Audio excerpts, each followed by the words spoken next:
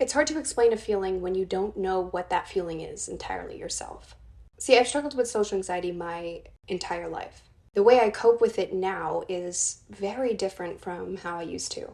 I feel different, I look different, I act different. If you are someone who struggles with social anxiety or you know somebody who struggles with social anxiety, I highly urge you to watch this video in its entirety. In today's video, I want to talk to you guys about what social anxiety really feels like and the difference in how I cope now versus how I used to. Now, before we get started, I just want to quickly welcome those of you who are new here. My name is Bridget. On this channel, I talk a lot about introverts, I talk about social anxiety, I talk about general anxiety, I talk about the books I'm reading. So if any of that interests you, make sure you check out some of my other videos as well. So with that being said, let's get into the video. I've made so many videos on my channel before about social anxiety, but today I want it to look a little bit different. I'll give you guys a brief background, but if you want to go check out one of my other videos where I tell this full story so that you can understand it a little bit more, click on this video up here. When I was 5 or 6 years old, I was diagnosed with something called selective mutism, which for those of you who don't know what that is, it's an anxiety disorder typically diagnosed during childhood where the child has a phobia of speaking. It's basically like a hyper manifestation of social anxiety. And so I wasn't really speaking to anyone when I was younger, other than my close family members. In fact, I didn't even speak to a teacher until I was 8 or 9 years old. So I struggled a little bit, you could say. I stopped having the classic symptoms of selective mutism, I'd say about 14 or 15 years old. And from that point, it kind of manifested itself into just general social anxiety. So for me, some of my biggest struggles were in school at that point in my life. I mean, you're a kid, you're a teenager. The hardest thing in life is school, is making friends, is trying to, find who you are. And it was kind of an awful time because it was also those ugly, awful middle school years in which not only was I like ugly on the outside, I was ugly on the inside. I hated trying to make friends. I jumped around a lot with different friend groups, so it was always challenging to feel like I belonged somewhere. At that point, it really felt like everyone, had their cliques. They had their passions. People were in sports or in theater or doing all their things, and I just felt like I was so concerned with fitting in, belonging, trying to find friends, not looking like this awkward loser, that I wasn't really focusing on those things. It didn't just affect my social life, it really affected just how I saw myself and how I attempted to figure myself out. In high school, it got a lot better. I had a better friend group. I felt a lot more comfortable with those people. And if that's one thing I can share about social anxiety, at least in how it affected me, is that I really only felt like I could speak to people and, I could share my opinions, ask questions, be funny, be whatever, if I was really comfortable with that person. And it took me like 10 years to, cultivate a friend group where I could do all that. Then it came time to go off to college. So I went to school to Boston and I just fell in love with the city. So I wasn't really thinking about all the things that I had to do. I was just like, I'm getting out of here. I'm going to this beautiful place and it's going to be great. And then it came time to, making friends, which was my whole life a struggle. And it didn't really occur to me that everything that I had done up until that point would basically be erased. I was starting over. And that's another thing with social anxiety. Once you feel comfortable and you start talking to people and you're comfortable with your environment, it's great if you can get to that point, right?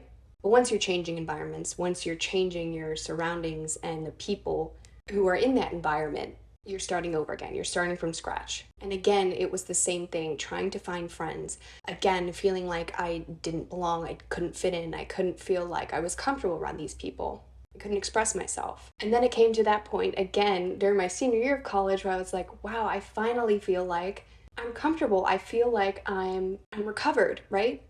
You're never recovered. And that's the other thing with social anxiety. You can do all of these things. There's medications, there's therapy, there's CBT, there's journaling, there's all these different things, right? But you're never cured. You just learn to deal with it. You learn to cope with it. You learn to have it live a side of you instead of being your entire world. And so there was a lot of points in my life, as I've kind of just described, where I felt like, okay, I found my place. I'm finally cured. I'm finally comfortable. I'm finally ready to be normal. But as soon as you get out of that environment, it's like you're back to square one. It's starting over. And so I thought I found that place in college. Thought I found that place in high school, but I didn't. After college, I went back home. And then I moved with my now husband to Florida. Brand new city, brand new people, and again, starting from scratch. I had no idea who anyone was. I didn't know what the heck I was doing with my life. And I just wanted to crawl in a hole and stay there forever. It's another classic feeling of social anxiety. But then I started doing a lot of different things that I really had never done before. There was a point during college when I really tried to get into journaling, and I didn't get back into it until this post-grad experience where I was now in a new city, in a new state, in just a completely new environment, and honestly just like way of living. I was really taken aback. And my husband, who is literally the complete opposite of me. He's so extroverted, so friendly, so outgoing. He'll make friends with anybody. He'll make friends with the mailman.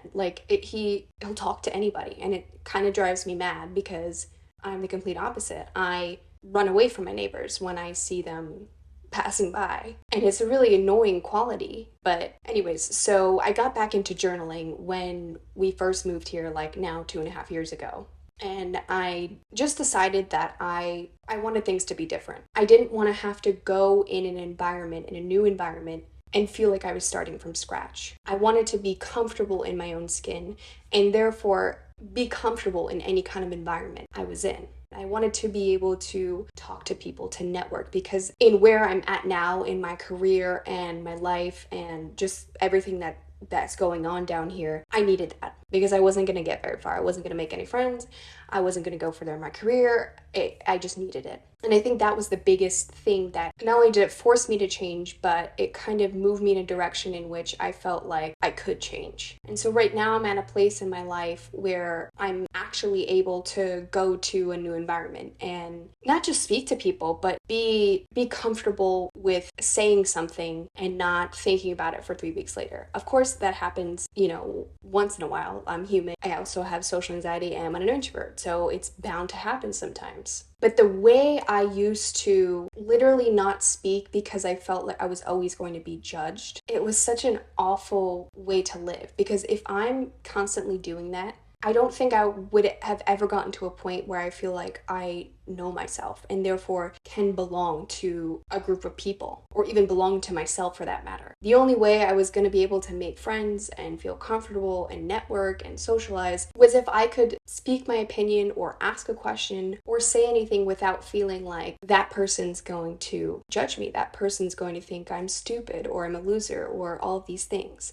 And these were the emotions that were driving my socialization when I was younger, when I was a teenager, heck, like even 5 years ago. It was judgment and fear and criticism, and it's so hard to explain, which is why I started the video the way I did. It's a feeling that is very difficult to explain. It's like walking into a room and feeling like every single person is looking at you, is judging you, is waiting for you to say something, is waiting for you to mess up. That's how I would describe it. And I think one of the biggest things as far as change goes, my mindset now is completely different than what it used to be. My mindset now is nobody cares. Be yourself. Make mistakes. Whereas my mindset before was don't say anything. Don't mess up. Everybody's watching you. That's the difference. If you feel like nobody's watching you, you're going to do whatever you want. You're going to say whatever you want. You're going to look like whatever you want. It's a hard mental shift to cultivate. I'm not going to lie. One of the biggest factors was really asking myself, what did I want? What did I want my life to look like? A year from now, 5 years from now, 10 years from now? How did I want to feel at those points? Was my willingness strong enough? That's pretty much what I asked myself. If I was in the same position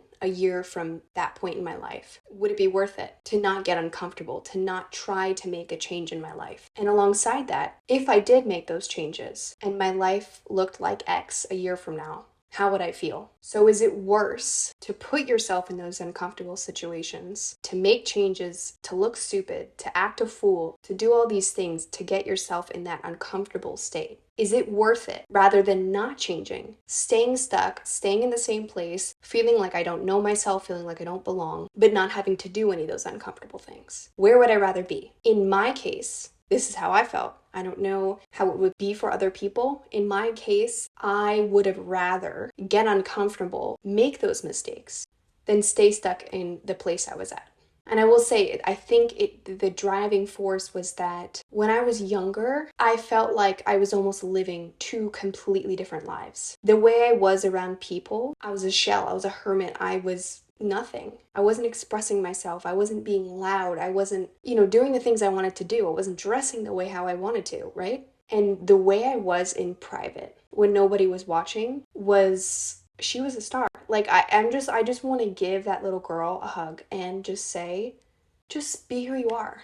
Be this way outside. And I wish I could tell myself that. Be the person you are when no one's watching. Because that's ultimately who you really want to be, right? And I knew that that was the driving force. And so if I can leave you guys with one thing today, it would be to take a look at your life. If you still find yourself struggling with social anxiety, if it's driving you crazy like it was for me, take a look at your life. Where would you like to be a year from now? How would you like to feel a year from now? Or 5 years from now? What would it take to get there? And is it worth those moments of uncomfortability, of making mistakes, of acting like a fool, of doing things that scared the shit out of you?